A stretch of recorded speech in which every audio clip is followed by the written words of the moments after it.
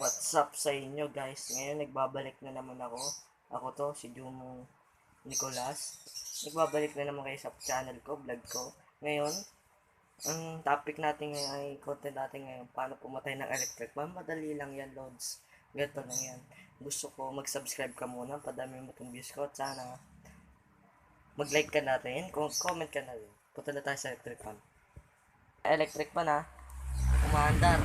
Video mo lang, umaandar. Yan, papatayin ko na. Pak, pak, pak, pak, pak. Pak, pak, pak, pak, pak. Ayan ang electric fan, mawawalan na ng buhay. Ayan na, mawawalan na ng buhay. Ayan na, mawawalan na ng buhay. Oh. Okay ba? Okay tayo dyan. Ganun lang pumatay ng electric fan. Oh, sige, kita-kits tayo sa next vlog ko.